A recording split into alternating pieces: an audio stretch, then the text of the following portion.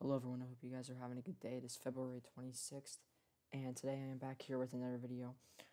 Today we are going to be talking about upcoming severe weather events. We don't have any major outbreaks, we do have a few little, or actually, in the next 3 days we have one little sort of severe weather event. And we're going to be talking about that in today's video. And we're also going to be looking at kind of the long term and seeing when we could have bigger outbreaks of severe weather or when we could have our next winter storm. So yeah, let's get started. So these are the reports for last night. We can see we have 5 hail reports, and one of those is a large hail report. But you can see that was in northeast Texas. So yesterday, we did actually have hail. So yeah, yesterday was kind of an interesting day. And today we did have a marginal risk originally this morning.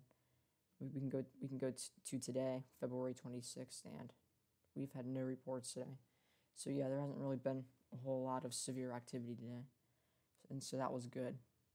Now, we do have a severe weather risk for tomorrow, for February 27th. We have a marginal in North Texas, Oklahoma, and Arkansas. And cities in that is Denton, Texas, Fort Smith, Arkansas, Fayetteville, Arkansas, Springdale, Arkansas, and Conway, Arkansas. For tomorrow. And now we can look at that a little bit. Today we're going to be using a different model than the HRRR. We're going to be using the NAM3.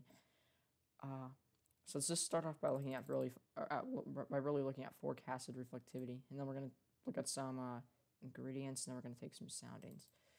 So we go out to tomorrow evening, and we can see, or actually around 21Z, we start to see a little bit of heavier precip in southeastern Oklahoma right here. Nothing that really stands out though. But as we go later, this is around 6 to 7 p.m. We have what looks to be probably some strong thunderstorms in northern Arkansas. And yeah, and then we go a little bit later. Those continue moving north. Even southern Missouri getting in some of that. Now, southern Missouri is barely even in that marginal. But southern Missouri could get some strong thunderstorms tomorrow evening. And then those move north and die out once you get above the warm sector. So let's look at some of the ingredients for tomorrow. Let's look at dews, see how much moisture we have. So, yeah, we can see we don't have a ton of moisture, but we do have a little bit better moisture. In the southern part of our marginal, we do have dews in the mid-50s, but overall dews are pretty low. Maybe in the extreme southern part of our marginal, we could get dews closer to maybe upper 50s, maybe even up to 60. But we'll have to see. It looks like dews are going to be in the 50s for tomorrow. Now let's look at instability next. So we're going to look at ML Cape. And let's go to tomorrow evening. We actually have a little bit more of it. But the problem is it's not where we are expecting thunderstorms, or where the SPC is expecting thunderstorms. We only have around 200 to 300 Cape, and that's not even when we actually are going to be seeing those thunderstorms. That's really early. Not really early. That's around 4 a.m. Sunday morning. And we go back to forecasted reflectivity. And we go to that same time, Sunday at 9Z. We don't have thunderstorms. And NAM3 at least is expecting them to be far to the north by that time. And it also does have a line forming Sunday evening, which we're also going to talk about, see if we could maybe have a marginal risk for tomorrow, or for Sunday, once we get into tomorrow. We're going to talk about that in a second also, but let's finish this. So you can see the NAM3 is expecting thunderstorms to be moved out by once we get that instability and better moisture, and maybe some lingering showers of maybe some thunder, but nothing severe. And let's look at the HRRR also to see. Now we're going to have to go back to the 00Z.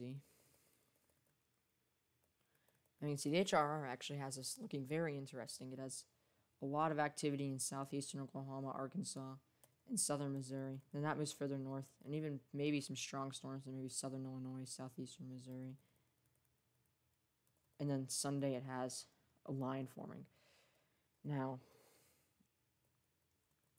like I said, it does mainly have, or it does have those thunderstorms moved out by that time frame, like early Sunday morning. But in kind of in that same area, we have more storms fire up Sunday, kind of late morning into the afternoon. And so yeah, now let's look at Sunday now. We're gonna go to the national U.S.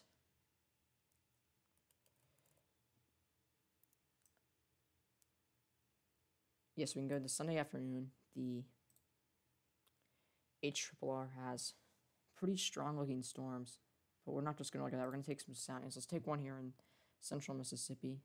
Now this is a possible hazard type is a Taurus sounding. But let's not just look at that. That's just analogs. Let's look at what we had going on here. So we have a 68-degree dew point. That's actually pretty good. A 70-degree temperature. Not really that important, but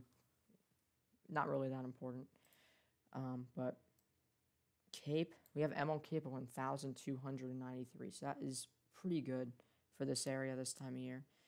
And yeah, we can see shear is not extremely good, but it is there. And the Hodo, not perfect. And we can take one a little bit further to the south. We can take one in north central Louisiana. Still the same thing, it is capped, just like the one before, but we do still have pretty good Cape. I mean, if this was a summer, that would be pretty bad Cape. Considering this is late February. Well, actually, this is February 28th. That's pretty good Cape. Yeah, we can go to eastern Texas now. See, we still have that cap, though. But we do have a little bit more ML Cape. We have almost 2,000 ML Cape, which that's pretty good.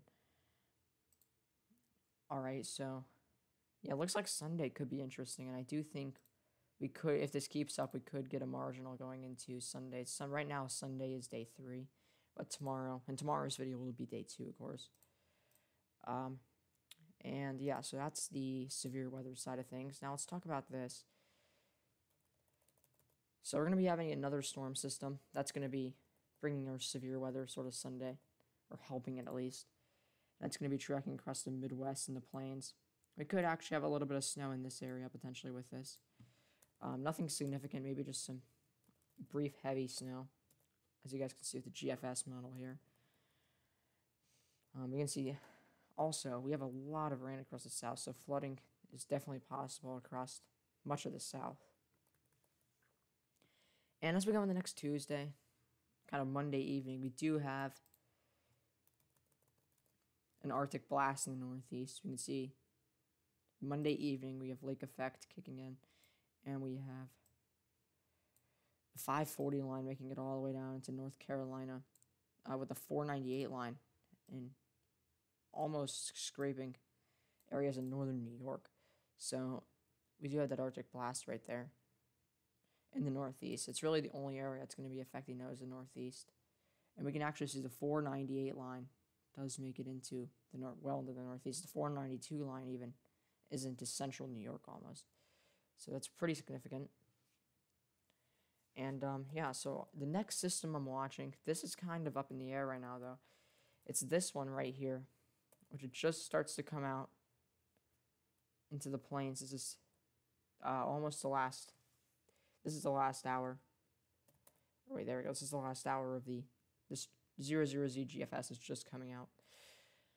So this is the latest hour we have now, hour 141. You can see this is what I'm watching. So we have a 996 low in western Oklahoma, but this shape looks very interesting. This reminds me of something we had earlier this year. I'm pretty sure, earlier this year, and this could be our next severe weather maker. Now we'll have to see though. Because we go back to the 12Z Euro, it's not exactly showing this. Yeah, we can go back. It has it not really doing much. It has it just going through Texas and down into the Gulf. And so it's going to limit it it's going to limit the severe weather chance to the south because the low is way too far south. Maybe central South Florida when that goes through Florida. If this happens like the Euro. Now, in tomorrow's video, we'll have to see what the Euro and the GFS will have done with this system. If it will be more like the GFS, or if it will be more like the Euro and not really produce much severe weather.